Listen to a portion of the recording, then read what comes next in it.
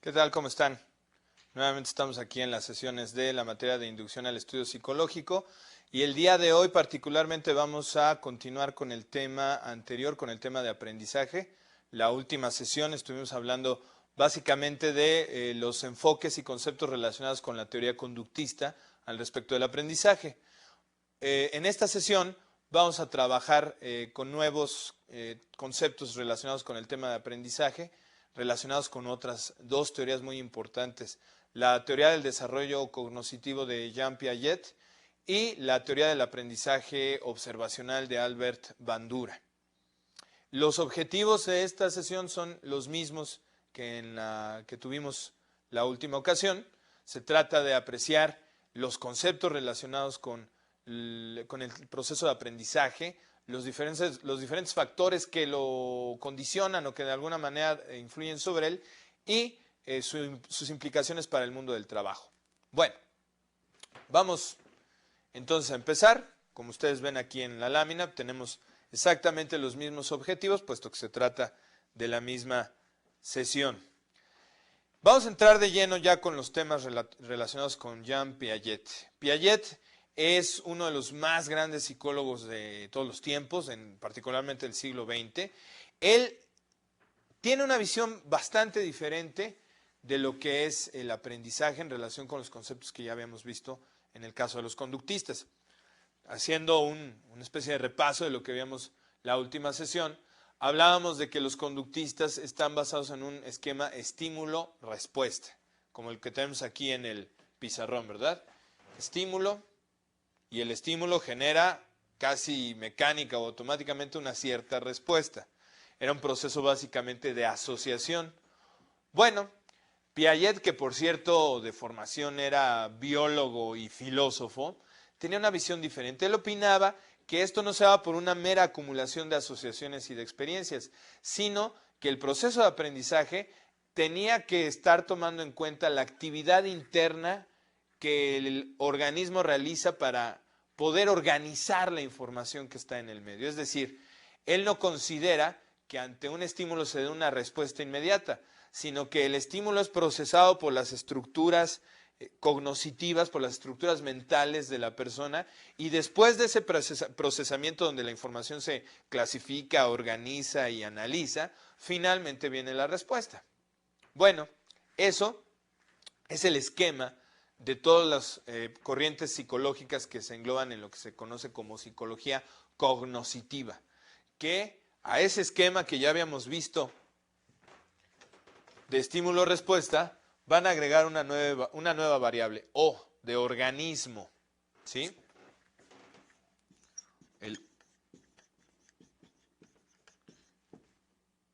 El organismo, ¿sí? Con eso quieren decir que una vez que el estímulo es captado, y aquí acordémonos de lo que veíamos en el tema de sensopercepción, hay una serie de procesos internos que ciertamente no se ven, como decían los conductistas, pero que influyen. Se nota su influencia, sobre todo, por ejemplo, en el hecho de que nosotros demoramos la respuesta. No como sucede en muchas especies, viene el estímulo y casi por instinto se desata una cadena automática de respuesta, sino que nosotros muchas veces simplemente demoramos la respuesta pues porque estamos pensando cómo vamos a responder. Entonces, la psicología cognoscitiva viene a recuperar esta parte que los conductistas habían rechazado, de los conceptos que ellos llamaban mentalistas porque no podían evaluarse, medirse, controlarse. Esos procesos por supuesto que existen y sí hay manera de hacer un estudio científico de estos. Los conductistas no es que fueran tan ingenuos, no es que negaran la existencia de los procesos mentales. Lo que ellos decían es que no se podían estudiar a través de una metodología experimental y que pudiera controlarlos. Bueno, los psicólogos cognitivos demostraron que había maneras de abordar científicamente el estudio de todos estos procesos. Particularmente Piaget se enfocó al tema de cómo se iban desarrollando estos procesos cognitivos a lo largo del ciclo vital y estableció diferentes etapas. Él estaba, insisto, muy influenciado por la terminología biológica y filosófica y trata de establecer este proceso a través de varios principios. Primero, él nos va a decir, los organismos biológicos, vamos aquí a la pantalla, tienen esquemas o estructuras mentales innatas, es decir, ya nuestro cerebro nace con cierta programación, un poco como una computadora que ya trae ciertos programas precargados, que son innatos, que están ahí y que son las estructuras básicas con las cuales vamos a desempeñarnos. Siguiendo esta terminología, podríamos decir que el software básico con el que estamos equipados al momento de nacer es nuestra capacidad sensorial, los órganos de los sentidos, nuestras conductas reflejas. Todo niño desde que nace ya tiene una serie de movimientos que son movimientos reflejos, como el reflejo de prensión. Ustedes saben que seguramente lo han visto, cuando a un recién nacido le ponemos un dedo en la palma de la mano, inmediatamente lo prensa. Es un reflejo, es un movimiento reflejo, ¿sí? Entonces ya tenemos como cierta parte, ciertos procesos que ya están ahí, ciertas estructuras básicas con las cuales nacemos y con las cuales empezamos a organizar nuestra experiencia. Otro principio importante es lo que Piaget llama el juego de la asimilación y la acomodación. Vamos a entender estos dos términos de manera separada. Primero, la asimilación. Las experiencias se van incorporando a los esquemas que ya poseen los organismos. Es decir, cualquier nuevo estímulo, cualquier nueva experiencia, en principio, se tiene que adaptar a las estructuras que ya se tienen. Hablábamos de los reflejos. Típico caso, el reflejo de succión en los niños. Cuando a un niño se le estimula cerca de los labios, en la mejilla, inmediatamente voltea y realiza la acción de succionar. Es parte de un reflejo básico de una estructura que está ahí lista para que el niño pueda, evidentemente, tomar del pezón de la madre y poder alimentarse. Pero rápidamente vemos cómo el niño, cualquier nuevo estímulo lo va incorporando a esa estructura que tiene. El dedo o cualquier objeto se convierte en algo que el niño asimila, es decir, que incorpora las estructuras que ya tienen. Por eso su primera manera de explorar el entorno es a través, pues, de la boca, ¿no? Bien, contrario a esto está el concepto de acomodación, que se refiere a el momento en que ya las exigencias del medio ambiente son tales que las estructuras que ya estaban ya no bastan, sino que ahora se tienen que acomodar las estructuras al medio ambiente.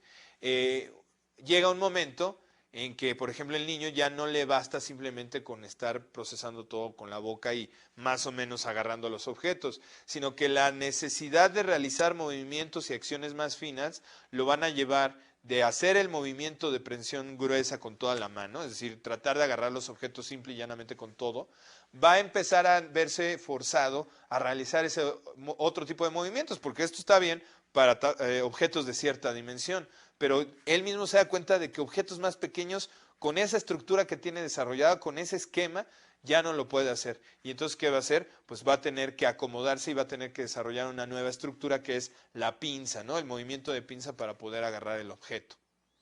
Esto es a lo que se refiere. Lógicamente, para Piaget, la adaptación del niño a su entorno se da por un equilibrio entre estos dos procesos. Hay un momento del niño tiene un cierto equilibrio con su entorno porque las estructuras que tiene a nivel físico y cognitivo le permiten estar, digamos, en sintonía con el entorno. Pero cuando hay otras exigencias, eso genera un desequilibrio y el niño tiene que acomodarse a este proceso, tiene que desarrollar nuevas estructuras. Estos conceptos son básicos porque explican cómo se va dando el desarrollo de la inteligencia. Para Piaget, estos procesos de los que estamos hablando eran el motor que iban llevando al niño a pasar a diferentes etapas de su desarrollo, justamente en la medida que tenía que ir desarrollando nuevas estructuras mentales. Bien, vamos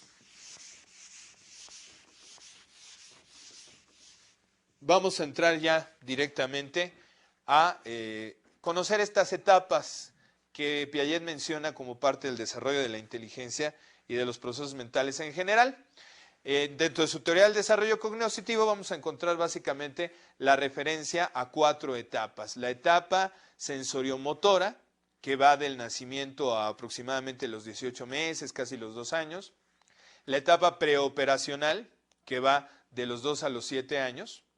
La etapa de operaciones concretas, que va de aproximadamente los 7 hasta los 11 años, y la etapa de operaciones formales, que es de los 11 años en adelante. ¿Sí? Aquí tienen ustedes en este esquema las edades: 0 a 18, 2 a 7 años en la etapa preoperacional, 7 a 11 y de 11 años en adelante. O sea que todos nosotros debemos de estar en operaciones formales. Bien, ¿y a qué se refiere esto? Bueno, vamos a revisar a detalle cada una de las etapas del desarrollo según Piaget. Vamos a pensar en un recién nacido. ¿Qué hay en el recién nacido? ¿Hay pensamiento? ¿Hay inteligencia? Claro. La situación es que ese pensamiento y esa inteligencia no son como la del adulto, no están basadas en un código como el lenguaje, no pueden hacer representaciones abstractas de las cosas, ni pueden pensar en términos de lo que no está presente en su medio. Pero a pesar de todas esas limitaciones, por supuesto que hay una inteligencia en el niño. Y esa inteligencia es la que logra a través de la coordinación sensoriomotriz. Es decir, no existiendo esta capacidad de representación simbólica, la inteligencia de un niño de recién nacido y de menos de 2 años se basa en lo que puede sentir y en lo que puede hacer, en la coordinación de sus percepciones con la coordinación de sus movimientos. Es a lo que nos referimos con coordinación sensoriomotriz. El niño progresa, va llevando una secuencia que lo lleva de los meros reflejos, de responder de forma refleja ante el mundo, a ya una conducta más inteligente, es decir, una conducta que él dirige sobre las cosas. Pero antes tiene que pasar por una etapa intermedia que es la formación de hábitos. Aquí por hábito se refiere a Piaget al hecho de que el niño convierte algo que en un principio es un reflejo en una conducta hasta cierto punto voluntaria, como es el caso de la aprensión. La aprensión primero es un reflejo. Después el niño va descubriendo que ese reflejo, si lo logra controlar, lo puede utilizar para muchas cosas. ¿Sí? Eso es a lo que se refiere por hábitos. ¿Sí? La inteligencia que al final va a desarrollar no es una inteligencia simbólica que pueda manejar conceptos abstractos, figuras, etc. Es una inteligencia, como bien dice nuestra lámina, presimbólica. Es decir, sí es muy importante porque se desarrollan las estructuras básicas que van a servir para el desarrollo de la inteligencia en etapas posteriores. ¿Cuáles son los logros que debe de alcanzar el niño en esta etapa? El primero de ellos es lo que se conoce como permanencia de objetos. Si ustedes se dan cuenta, y si son observadores, cuando a un niño de 6 años, de 6 meses, que está jugando con un objeto, se le esconde, el niño no muestra ninguna reacción, como si el objeto hubiera desaparecido. De hecho, incluso sucede con su propio cuerpo. Yo me acuerdo, no sé si es el caso de ustedes, muchas veces las abuelas nos decían que el niño no está jugando con las manos porque se espanta de ver sus manos. Bueno, por supuesto que no se espanta, pero en cierto sentido a lo que tienen razón es que el niño al ver su mano no sabe que su mano está pegada a su brazo y que su brazo está pegado a su tórax y que todo eso es su cuerpo. El niño no tiene una conciencia de quién es ni de cómo está integrado. Entonces cualquier objeto, el mundo para él es como un fragmento de cosas que aparecen y desaparecen cuando están en su percepción y que desaparecen y dejan de existir cuando no las percibe. Pero más adelante vemos que hay un progreso porque llega un momento que en esta experiencia donde le escondemos al niño el objeto, detrás de una pantalla o lo que sea, el niño ya va y lo busca. Quiere decir que el niño ha aprendido que el mundo es un mundo formado por cosas que tienen una permanencia. Claro, todos ustedes que están en la etapa de operaciones formales van a decir, bueno, qué bárbaro. Pues claro, bueno, es el primer logro cognitivo de nuestro desarrollo como seres inteligentes. Y para el niño representa tanto como para nosotros comprender una fórmula matemática muy compleja. ¿Sí? Otra cosa importante es que él tiene que empezar a entender las nociones básicas de cómo se gobierna el mundo físico. La noción de causalidad. Todos nos ha tocado ver al niño que tira y tira cosas y claro, siempre pensamos, qué bárbaro, qué niño tan latoso. El niño es como una especie de pequeño científico, de pequeño explorador que en cierto nivel se genera hipótesis y las pone a prueba. A mí me ha tocado ver niños que claramente se ve que cuando accidentalmente tiran un objeto, ponen atención y después ellos mismos reproducen el movimiento poquito a poco hasta que ven que pum, se cae el objeto. Y a partir de ahí es tirar todo. Es como si ellos estuvieran probando qué cosas se caen y qué cosas no, etcétera. Y en ese proceso evidentemente están entendiendo que toda causa genera un efecto, que toda acción va a tener una reacción. Otra muy importante noción que tienen que entender los niños es la del espacio y el tiempo. Es decir, ellos tienen que empezar a construir una imagen del mundo donde el espacio es continuo, donde no son solo fragmentitos de percepciones, sino que hay un espacio continuo en el que están las cosas y que también hay un transcurso del tiempo en relación con lo que pasó antes, lo que está ahorita y lo que va a venir después. Sobre todo el futuro es una noción difícil para los niños porque es una noción más abstracta. Pero finalmente la noción del tiempo tiene que ver con el paso de los eventos, cómo van sucediendo las secuencias de cosas, ¿no? Entonces son como los grandes logros cognitivos. Hacia los 2 años se espera que el niño haya desarrollado una visión del universo donde los objetos son cosas que están ahí, perciba o no las perciba, donde hay una serie de reglas que explican por qué ciertos movimientos producen ciertas reacciones y donde el espacio y el tiempo son dimensiones más o menos constantes.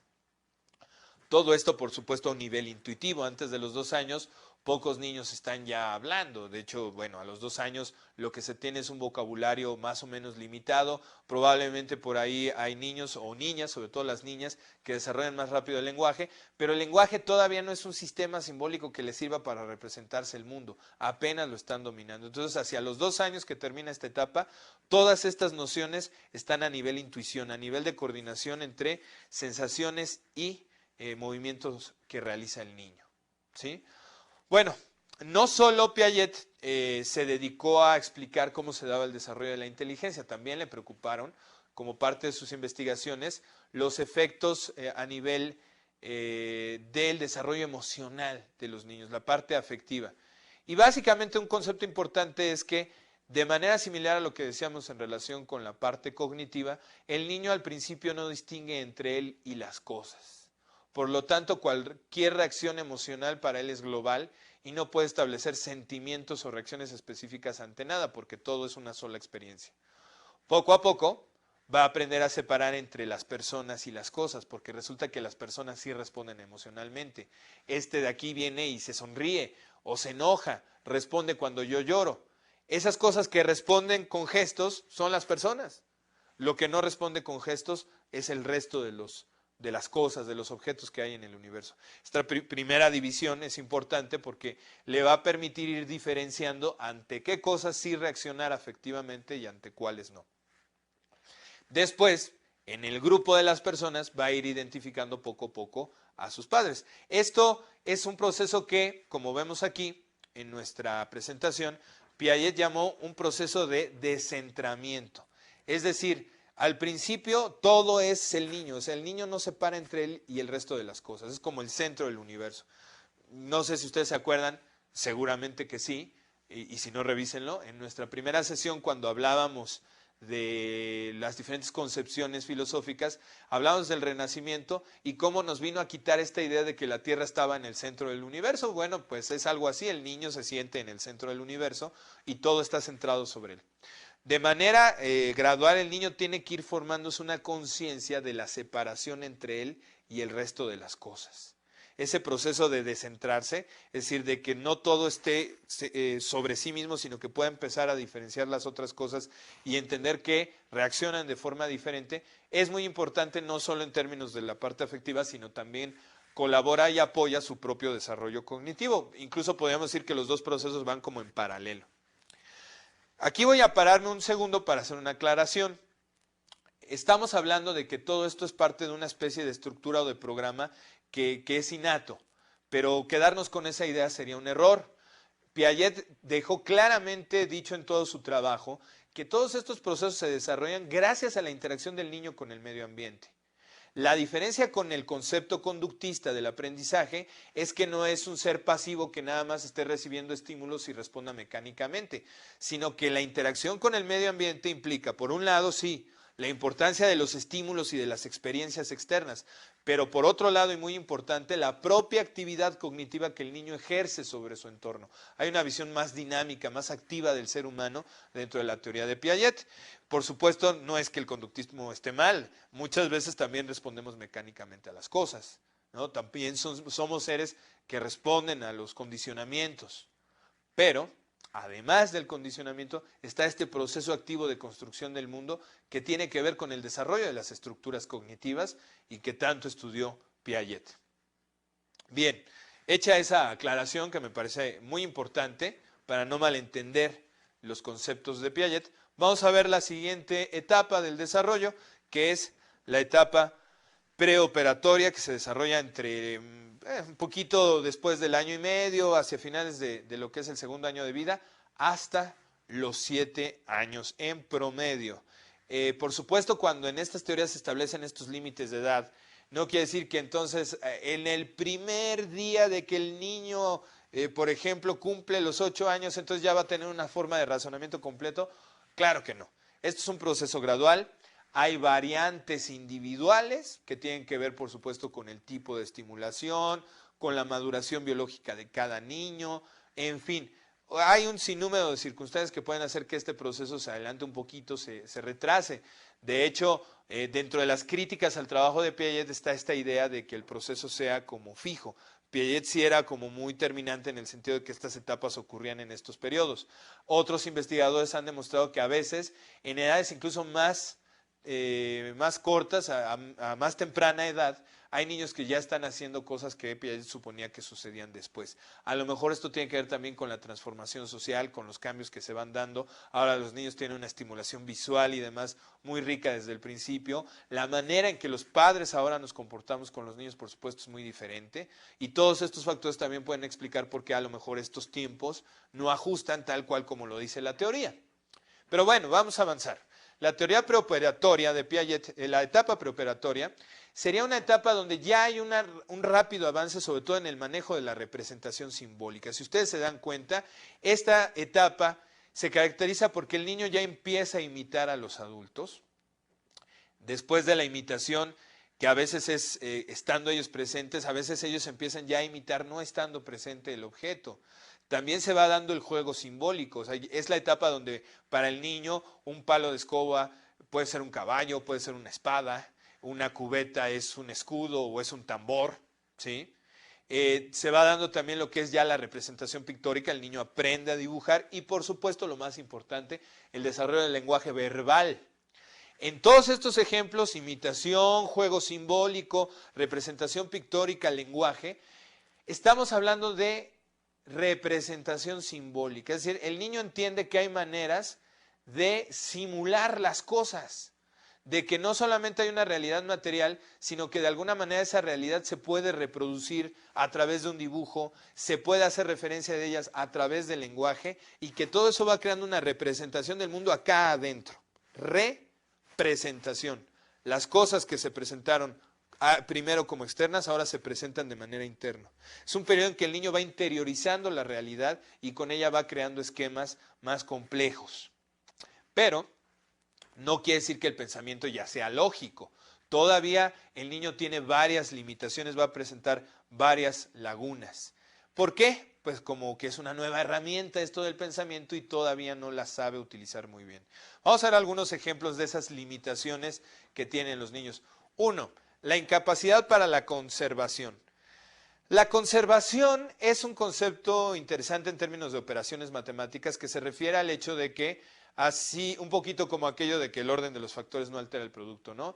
Que si yo tengo 2 y le sumo 3, el resultado va a ser 5, pero que si a 5 le quito 3, regreso a 2.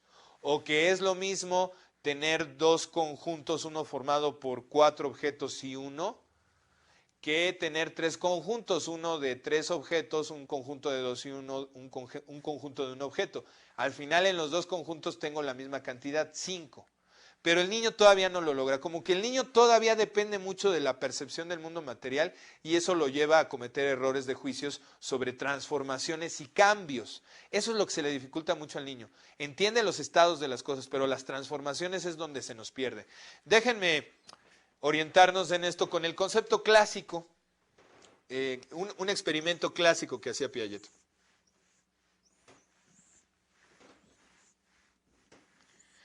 En 2 vasos exactamente iguales, ponía agua. Tomaba a un niño de entre 5 o 6 años que está en esta etapa y le decía, oye, ¿en cuál de estos 2 vasos hay más agua? Así literalmente, ¿en dónde hay más agua? El niño, pues lógicamente, al ver que el nivel coincidía, decía, es la misma cantidad de agua, perfecto.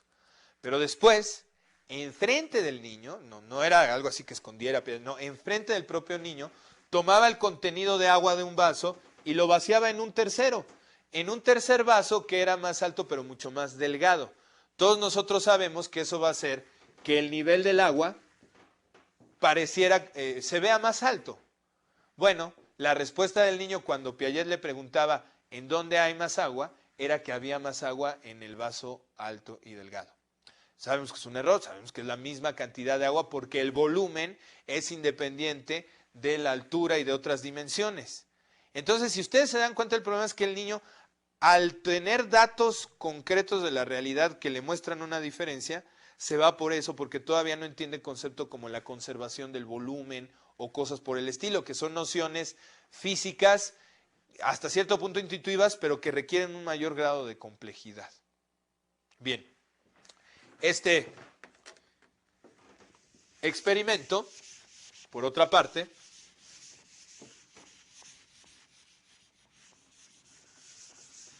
nos ayuda a entender la metodología de Piaget. Piaget trabajaba observando directamente a los niños en su entorno. Y de la observación de lo que hacía, él se le ocurrían cierto tipo de pruebas o cierto tipo de tareas que después, con el análisis de las respuestas de los niños, le ayudaban justamente para poder interpretar todo lo que estaba viendo. Él no trabajó en laboratorio como hacían los conductistas, acuérdense de la caja de Skinner y todas estas cosas. Él realmente pugnaba por una psicología que se diera en el terreno de la realidad, viendo lo que los niños hacían en la realidad y no en un laboratorio donde hay muchas variables que pueden hacer que el proceso sea un poco artificial, ¿no? Y además con tareas muy sencillas, no tenía que ser algo complicadísimo. Con una tarea muy sencilla como esto, las respuestas de los niños terminaban siendo muy reveladoras. Bien, su percepción también está limitada hasta cierto punto, el movimiento y las transformaciones muy rápidas no las logran captar, sobre todo mientras más pequeños. El proceso de centración, a veces el niño se queda con ciertos aspectos concretos de la situación y desatiende otros, ¿sí? Por ejemplo, el niño puede ser que se concentre nada más en el color y no en el tamaño, y eso le cause dificultades a la hora de armar conjuntos con fichas o con figuras geométricas, o se fija nada más en el volumen pero no se fija en el color, como que combinar dos dimensiones físicas o más se le dificulta. Y otra, la irreversibilidad, ¿sí? ¿Qué es esto de la reversibilidad? Bueno, sabemos que una operación se puede revertir si hacemos exactamente lo contrario. Que si yo sumo, lo revierto con una resta, que si yo multiplico, lo revierto con una división y cosas por el estilo. En el niño preoperacional, eso lo lleva a muchos errores. Igual Piaget hacía varias experiencias donde mostraba cómo cuando el niño hacía una operación, se le preguntaba si podía regresarlo al estado originario y el niño no podía. Entonces ese proceso de reversibilidad era difícil para el niño. Otro asunto que se le dificultaba mucho a los niños, ya más allá de la incapacidad para este tema de la conservación, es el razonamiento transductivo. Normalmente los adultos, nuestro razonamiento es o inductivo o deductivo. Vamos de lo particular a lo general o de lo general a lo particular. Esto es muy importante en la ciencia porque, por ejemplo, de varios casos particulares podemos inducir un principio general o dada una norma o principio podemos deducir cómo se aplica en un caso particular. Pero el razonamiento del niño va de lo particular a lo particular, es transductivo, ¿no? El niño no puede hacer en esta etapa inferencias del estilo de si Sócrates es mortal y Sócrates es griego, entonces todos los griegos también son mortales, ¿no? Ese tipo de inferencias de lo particular a lo general no les salen a los niños a esta edad. No porque sean tontos, no, porque sus estructuras mentales están equilibradas para trabajar con la realidad concreta y de forma más o menos eficiente, todavía con ciertas limitaciones, como estamos viendo. Es parte del proceso de desarrollo. La aclaración es pertinente porque, por ejemplo, todavía en el siglo XIX había muchos autores que pensaban que el niño era como un adulto en chiquito. Y todavía en muchos lugares la educación se sigue dando como si los pequeños fueran adultos chiquitos y tuvieran que entender y razonar las cosas igual que los adultos. Por supuesto que no es así. una revolución importante en el terreno educativo que las teorías de Piaget y otros generan, es justamente la necesidad de adaptar los métodos educativos a las estructuras y capacidades cognitivas del niño, no al revés. Eso es muy importante. Bueno, ustedes seguramente han oído hablar de escuelas con modelos piagetianos, etcétera, etcétera. Bueno, pues son escuelas que aplican justamente estas teorías. Por lo mismo que estamos hablando del razonamiento transductivo, el niño no puede jerarquizar, le cuesta mucho trabajo hacer clasificaciones en términos de categorías más amplias y que se vayan reduciendo. Y otra característica muy interesante de lo que es el razonamiento infantil en esta etapa es el egocentrismo. El niño es incapaz de ponerse en los zapatos de otro, ve la realidad desde su punto de vista y cree que todo el mundo la ve exactamente igual.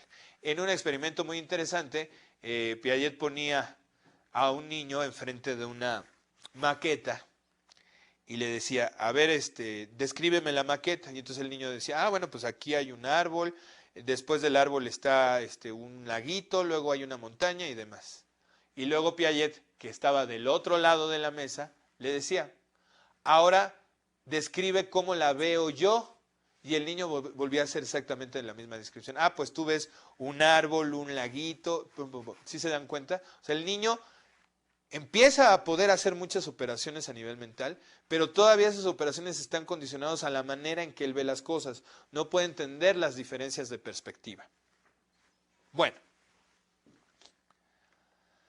ya avanzando en este proceso, llegamos a la etapa de las operaciones concretas que se va dando entre los 7 y los 11 años. En esta etapa vamos a ver ya un desarrollo del pensamiento lógico mucho más flexible y bastante más organizado, mejor aplicado a la realidad. Lo que todavía no puede hacer el niño es razonamiento abstracto. Es decir, el niño en operaciones concretas probablemente ya vaya a resolver bien el problema del vaso, como lo habíamos visto, o ya va a ser capaz de hacer la descripción de la maqueta de forma adecuada como el otro observador lo está analizando. Pero razonar en términos de lo que no está presente, poder manejar cuestiones abstractas, todavía va a ser la limitación del niño en este periodo, ¿sí? Por ende, los logros de esta etapa, primero, pues es la conservación. Ahora sí el niño entiende que aunque algo se transforme, cosas como el volumen son constantes o la masa, ese tipo de cuestiones. La clasificación jerárquica ya lo va a poder hacer, ya es capaz de juntar, por ejemplo, todos los cuadrados y luego de todos los cuadrados empezar a separarlos por colores o por alguna otra subcategoría. La seriación, son capaces ya de establecer lo que es, por ejemplo, una numeración básica, basada muy en los objetos, pero ya más o menos van entendiendo el concepto de número. Igual pueden hacer inferencias transitivas, es decir, pueden hacer el mismo proceso, pero ya, si ya lo aprendieron para los palitos, la pueden transitar, lo pueden llevar también a las manzanas, es decir, pueden empezar a generalizar los logros cognitivos que van teniendo. Y ya se ha demostrado que también empiezan a desarrollar mapas cognitivos del espacio, es decir, ya el niño empieza a desarrollar representaciones mentales del espacio que lo rodea. Ya pueden entender pues cómo está el trayecto de la casa a la escuela, pueden entender la idea del mapa de México, etcétera. Bueno, si ustedes se fijan en la edad, estamos hablando justamente casi de la etapa de la educación primaria en nuestro país. Quiere decir que el niño no está en posibilidad de que le expliquen de manera abstracta las matemáticas. Se le tiene que explicar, como decimos en son de broma, pues con palitos y manzanas, literalmente, porque es la manera en que el niño puede procesar la información. Es decir, ya puede tener un conocimiento matemático, pero todavía muy ligado a los objetos. Él todavía no ha separado el número como una categoría que es 100% abstracta e independiente del objeto. 5 es 5 vacas, 5 trabajadores, 5 anuncios, 5 lo que sea. O sea, nosotros entendemos claramente el número como una entidad abstracta independiente de los objetos. El niño de operaciones concretas todavía no lo separa por completo y por eso puede razonar matemáticamente hasta cierto punto, siempre y cuando tenga él un referente material para hacer las cosas. Bueno, finalmente está la etapa de operaciones formales, que sería básicamente con la llegada de la preadolescencia, la adolescencia y por supuesto el razonamiento adulto. Como su nombre lo implica, Una operación formal es una operación abstracta. Formal en el sentido de que ya no tiene una realidad concreta, no tiene algo material a lo cual se le pueda relacionar, sino que simplemente es una forma, es una idea abstracta. Entonces, estas operaciones abstractas pues son lo que va a permitir que el adolescente pueda ya entender lo que es el razonamiento a nivel científico. Los conceptos científicos son conceptos muchas veces abstractos, el concepto de peso, masa, velocidad. Por supuesto que tienen su correlato físico, material, pero como conceptos son abstractos. Entender eso, entender las leyes de la física, cuestiones más abstractas, poder hacer operaciones matemáticas ya 100% con números sin necesidad de pensar en manzanitas, es el logro de esta etapa, manejar las operaciones formales. Básicamente tenemos dos conceptos, razonamiento hipotético deductivo y lo que es el pensamiento proposicional. Como ustedes pueden ver en nuestra pantalla, en nuestra lámina, el razonamiento hipotético deductivo, ¿qué es? Bueno, es la generación de teorías sobre cómo funciona el mundo y la deducción de hipótesis específicas a partir de esas teorías. Una hipótesis es una suposición, es un intento de responder un problema. En esta etapa, los niños ya van creándose ciertas teorías sobre cómo funciona el mundo y le permiten generar hipótesis sobre lo que va a pasar si se dieran tales condiciones, ¿no? Y entonces nos acordamos de los típicos problemas de secundaria, de preparatoria. Si un objeto lleva recorre 10 kilómetros en una hora y las condiciones, bla, bla, bla, bla, ¿cuál velocidad es la que lleva el objeto? Bueno, el niño puede razonarlo, el adolescente, perdón, puede razonarlo y no necesita ver al carro moviéndose. Él puede razonarlo porque crea una teoría general de las relaciones entre los fenómenos y puede generar una hipótesis de lo que va a suceder. Eso es razonamiento científico, abstracto. Y además tenemos lo que es el pensamiento proposicional. Es decir, ya es capaz de evaluar sobre las afirmaciones verbales qué tan lógicas son o no. Puede evaluar la lógica de las afirmaciones verbales sin necesidad de referirse al mundo material. Él ya es capaz de decir si algo es falso o verdadero, aunque no lo necesite comprobar materialmente. Pensamiento proposicional. Puede pensar en palabras, puede generar nuevas palabras y utilizar el lenguaje de manera interna para pensar en otras palabras, en relaciones numéricas abstractas. Esa es la idea del pensamiento proposicional. Pues son las dos herramientas básicas del pensamiento, no solo del adolescente, sino por supuesto del pensamiento adulto en cualquier campo.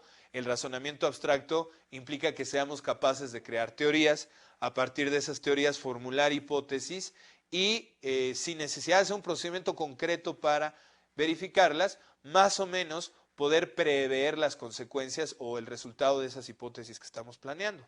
Eso se da prácticamente en todo campo profesional, así puesto, y eso no es otra cosa sino pensar lógica y sistemáticamente de una manera abstracta, formal. Eso no quiere decir que no tenga sus limitaciones. Todavía el adolescente, como vemos aquí en nuestra pantalla, tiene ciertas limitaciones en cuanto a su razonamiento. La más importante de ellas es algo que Piaget llamaba el egocentrismo operacional formal, que se expresa en una serie de distorsiones que hay en la relación entre sí mismo y el mundo. Vamos a verlo. Hablábamos en la etapa preoperatoria de un egocentrismo. El niño no se puede poner en los zapatos del otro y no puede comprender la perspectiva que el otro tiene del mundo físico. Aquí sucede más o menos algo igual. El adolescente ya puede generar perspectivas abstractas del mundo, generar teorías, concepciones diversas.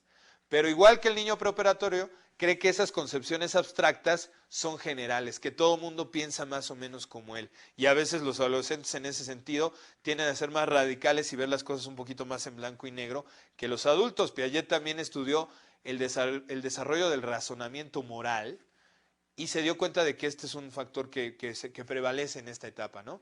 Dos distorsiones que vienen relacionadas con este concepto de egocentrismo operacional formal son la audiencia imaginaria y la fábula personal. La audiencia imaginaria es esta parte donde el adolescente cree que es el centro de atención de todo el mundo y que todo el mundo juzga las cosas como las está juzgando él.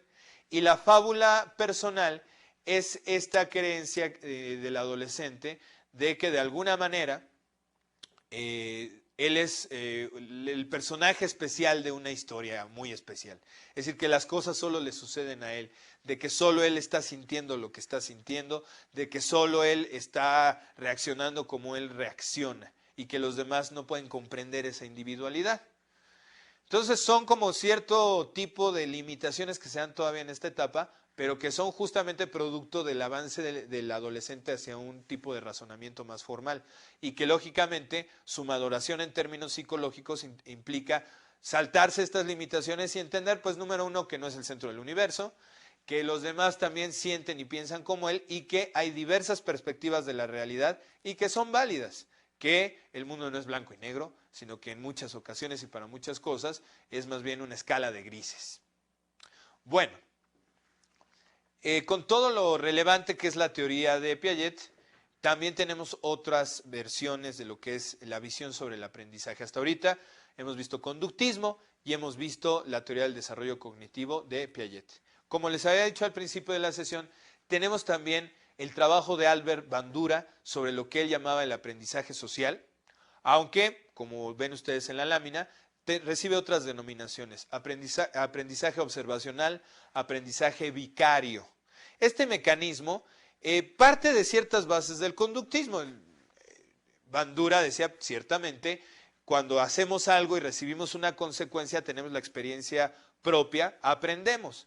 Aquí lo interesante que aporta Bandura es que él dice que muchas veces aprendemos sin la necesidad de ser nosotros los que reciben las consecuencias de los actos. Es decir, que aprendemos por imitación, observando la conducta de los otros y las consecuencias que la conducta de los otros tiene sobre ellos, analizamos eso y lo podemos adoptar y llevar hacia nosotros. Entonces, quiere decir que nos fijamos en ciertos modelos.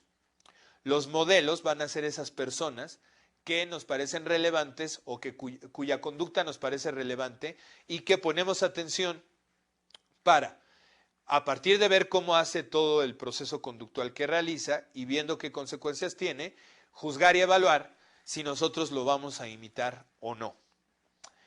La idea central entonces, ya puesta de manera mucho más explícita y mucho más concreta, es: el aprendizaje no se da solo por experimentar de forma directa las consecuencias de la conducta.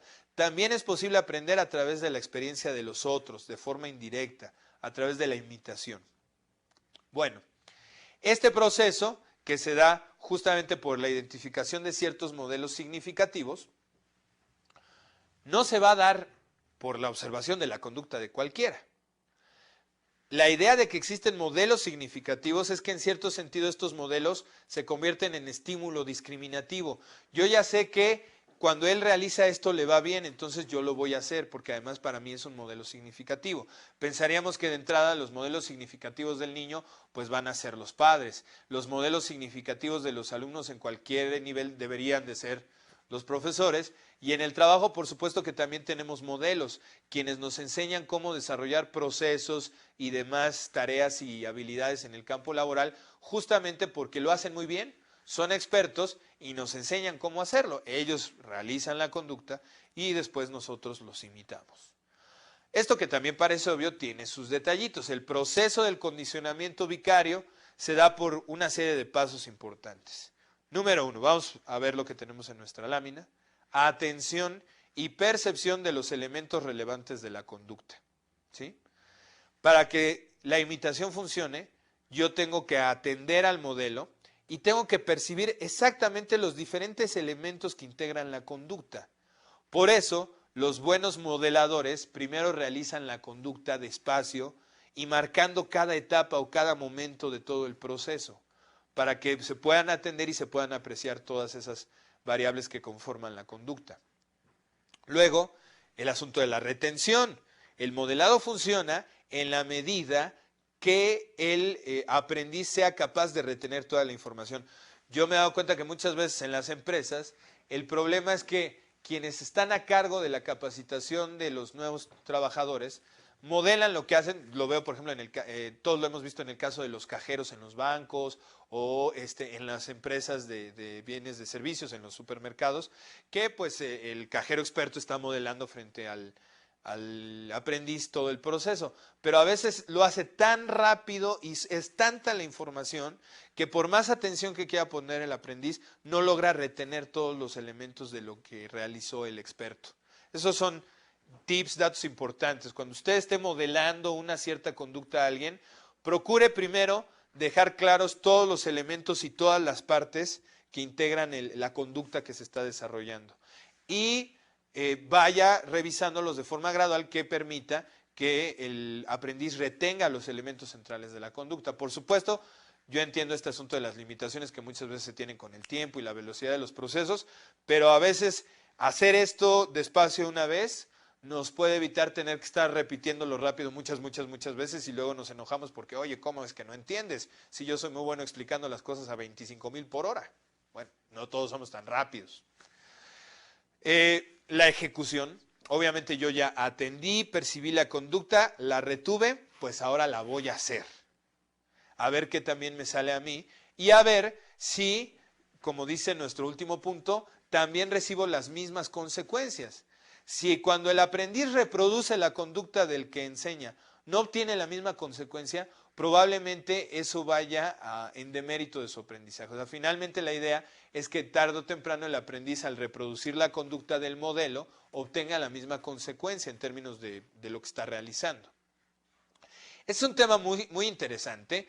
Ha ido evolucionando la postura de Bandura. Cada vez es menos una teoría conductual y una teoría cognitiva que incluye como muchos elementos de procesamiento de información y que nos va dando una serie de perspectivas interesantes para analizar otros asuntos como el término de la violencia. Yo veía el otro día un comercial alemán donde se presentaba una serie de personas que estaban realizando una serie de conductas y detrás de ellos un niño haciendo exactamente lo mismo. Seguramente algunos de ustedes conocen este video, pero piénsenlo, piensen en la idea. Una señora subiendo las escaleras, ahí va el niño subiendo las escaleras, un señor que voltea y hace un gesto agresivo, el niño voltea y hace el gesto, una señora que fuma y el niño va fumando, un marido que golpea a su mujer y el niño la va golpeando. Por supuesto nunca ocurre esto así en paralelo, pero el mensaje lo que estaba tratando de reforzar es que muchas veces cuando un modelo es verdaderamente significativo, puede hacer que el aprendiz siga esas conductas. En este caso no solo hábitos o conductas positivas, sino también hábitos o conductas negativas. Es bien importante este aspecto que lo consideremos porque es algo de lo que se puede dar en el trabajo. Muchas veces los líderes, los mandos medios se quejan, ¿cómo es posible que estos trabajadores tengan estas conductas y estos hábitos negativos? Y no se están analizando que finalmente ellos modelan buena parte de esas conductas. A veces vamos a usar el término un tanto inconscientemente, pero finalmente son modelos tanto para lo positivo como para lo negativo. Evidentemente este asunto nos lleva también a otro terreno, que es las discusiones que ha habido sobre, por ejemplo, si la violencia en los medios de comunicación genera violencia en los niños, ¿no? Y en cierto sentido, el propio Bandura realizó experimentos muy importantes para analizar esto. La actividad que ustedes van a realizar como reforzamiento de esta sesión tiene que ver con esos experimentos, así que no les platico más, porque ustedes con el experimento de Bandura podrán apreciar y reflexionar mejor sobre qué tanto la violencia de los medios de comunicación también está generando violencia allá afuera, o por el contrario es solamente un reflejo de la violencia real que se da en el mundo, ¿no? ¿Qué valores o qué patrones de conducta se lanzan a través de la mercadotecnia, a través de la publicidad y qué fenómenos sociales pueden estar generando? ¿Sí? Ciertamente esto es un tema que está dentro de la publicidad, se presentan en los comerciales sujetos que tienen poder, que realizan cierto tipo de conductas y obtienen cosas. De alguna manera esto es un mensaje que se está mandando a la gente. Si yo hago esto, etcétera, voy a ser como ese señor, voy a tener poder y demás, ¿no? La imitación es una fuerza poderosa que no hay que despreciar. 3 formas de aprendizaje hemos visto. El aprendizaje que tiene que ver con la estimulación externa y la propia experiencia. El aprendizaje, como lo ve Piaget, como un proceso de reestructuración de la versión del mundo a través de la interacción con ella. Y esta versión del aprendizaje social de Bandura que nos dice también aprendemos imitando, ¿no? Imitando a los demás y por tanto los demás también tienen influencia muy importante sobre nuestro propio proceso de aprendizaje. Bien, Estos son los elementos fundamentales de este tema en relación con nuestra materia. Espero que la sesión haya sido provechosa, que haya sido ilustrativa. Los invito realmente a que lleven a cabo la actividad. Se les va a pedir en este caso que hagan algún tipo de referencia a páginas de internet o a algún otro lugar donde ustedes puedan conseguir la información.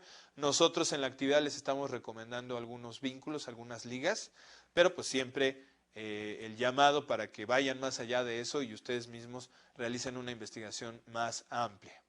Bien, nos vemos en la próxima sesión. Que estén muy bien. Muchas gracias por su atención. Hasta luego.